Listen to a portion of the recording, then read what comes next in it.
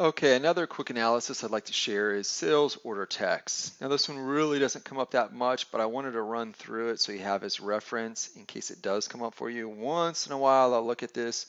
Generally I'll use this not for day-to-day analysis, but when there's a problem with the text, I may want to get a quick picture because often, text is free form. We looked at it in the order. You can store anything in there that you want. Your sales order will have probably multiple text IDs that are used at the header and item level. And what happens frequently is then people don't look at those day to day. They just kind of store information, and it may take a while before people realize that there's problems or issues with it. Maybe it's not always getting populated or something. So if I want to go in and capture a section of orders, to look at with text IDs, I can use these two tables, which can save a lot of time versus just kind of hunting through the system, looking for orders that have the right scenario. So I might use VBOP, go in and get a cross section of orders that I want to review, and then come down to these two tables. Okay, so we'll go in and look at table STXH, which is the text header. Okay, and we're going to be looking at VBBK. Okay, we've also got STXL, and this is going to be the item information for the text. Okay, so we can go in and look at VBBP. We've got the text name, which would be the order. Okay, if the item is, if it's an item text, then it's going to be the order plus the item number, with leading zeros always. And then we've got the ID or text ID. So you can always find that in the order by looking at the details and finding out what that text ID is. And then the logon language will be important. So, if you have new languages implemented, if you're rolling out to different countries, you're often going to have currency and language issues that you may need to overcome. So the language can be important too, to make sure you get that right language that you need. And then lastly, we'll look at SE37 because remember, text is long text. So it's really stored separately. What these two tables are used frequently for is I could come in here and just find out my texts, where those texts are, and then I can go look specifically at those orders via the order or item number identified in the text name.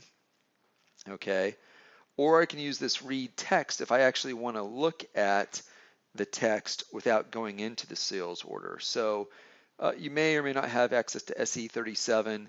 If you do, it's very easy to use. I'll run you through that, and it's not really a data dictionary object, but it's something that you kind of use in conjunction with data analysis. If you don't have access, then no worries. You can just go directly to the sales order and look at that specific text ID. Okay. So let's jump in. We'll walk through this. I'd encourage you to play around with this on your own too, to get comfortable with it, or refer back to this section if this ever comes up for you.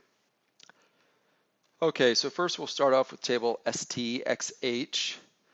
And the big thing here is I want to put in my text object, text name, text ID, and language if possible, if I know them. And I can always pull my ID from the sales order.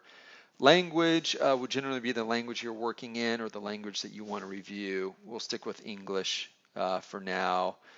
Text name again would be the sales order number, okay, or possibly sales order and item too if you are looking at an item level text. For now, we'll just stick for the example with header text, okay. I'll leave that blank, I'll leave the ID blank, and let's just pull in a few and take a look at them, okay. So here you can see the object. Here I get the order number that we want to look at in the system. And then that text ID, language, and a few bits more pieces of information, the date that it was created if I want to focus in on, say, look at the text for a certain subset of orders for a certain date range.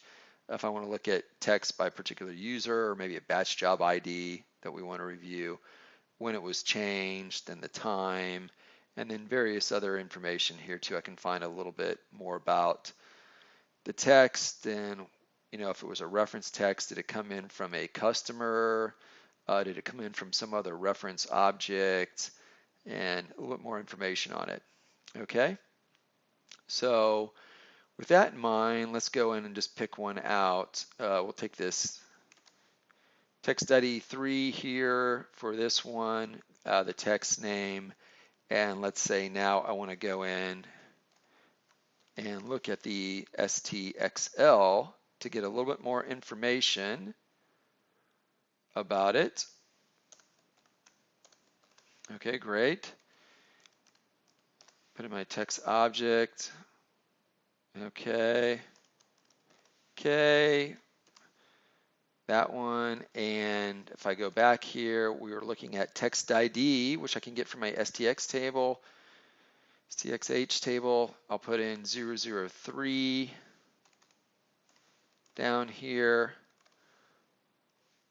One more 0 and language English. Okay. Then I'm going to go ahead and run that. Okay, so let's go in and let's pick one of these. Let's look at this first one here, 12781. We'll go over to STXL now, and I'm going to put in that text there, that order number. The text ID happens to be 0001. 1. Okay, great. And our text object VBBK. Okay, and now let's go ahead and run that. And there we go. We get a little bit more information here on the text item, VBBK, the name, the ID, and you can see some data information behind this. And this is where I wanted to show you then that it's really hard to decipher. There's not a lot you can get out of this, just that there is text there, and it's stored in this what they call a cluster ID. So it's basically a performance enhancement thing. Rather than just storing pages and pages in a table, what you've got is a reference to a cluster table, okay? So that is where then going back to the sales order, okay, or going to the read text function is helpful. Okay, so let's pick another one of these and we'll do the same thing. I'm going to copy it, and now we're going to do two things. I'm going to open up a new window here, SE37 if you have access, and go to read text. And I can just get a quick look at the ID 0003, language English, the document number, and potentially the item with leading zeros, and the object. And I just run this. You can see in the tables, there we go, just some standard text that somebody put in, so nothing particular. But if we're really using this, then you might want to come in and do a few searches on those different orders with that particular text ID that you want to review, and just see if it's being populated like you think it should be. Now, no worries if you don't have SE37, it takes a little bit longer, but from here you can always hand this off to a order analyst, okay, and they can go right in to the order, okay, and knowing that it is a header text, so the order open will go to header. I don't necessarily know which one of these is the ID. Now you can see the language English there. That pretty much identifies for us which one is going to contain the text, and I can go review. And if you're analyzing a particular ID, you're going to know by the description here which text it is you want to look at. But let's say you don't know, you just need to find out what the text ID is. You can always come in here, okay, and there you go. And you can see all the text IDs. There's our text ID number 3 that we used, okay, and then you can find a little bit more details on the object that it is, the ID, and a little bit more information. So now you know basically then which one to look at here in this overview screen, okay? And that was just by clicking down here on the display log, okay? If you want to look at the full text then too, you just come in here and click on the detail button, and that will open it up for you in a much larger full screen for text. And the only time you really want to do that is, generally analysis is enough to catch it on that first screen, But if you have pages and pages, you may want to come in here if people are copying whole emails or Word documents, etc., into text. Okay, that's the details button. Okay, so that just kind of shows you where that text is coming from. Again, these two tables I don't use that frequently, but it can be very handy for, say, go live monitoring, production cutovers, where you've implemented a new text and you just want to come in and make sure it's working as expected, it's getting populated, so you can just do some quick checks here. Some ones that, gotchas might be you want to keep an eye out for are missing text, they're not getting populated in some cases, or duplicates, or various things that are missing.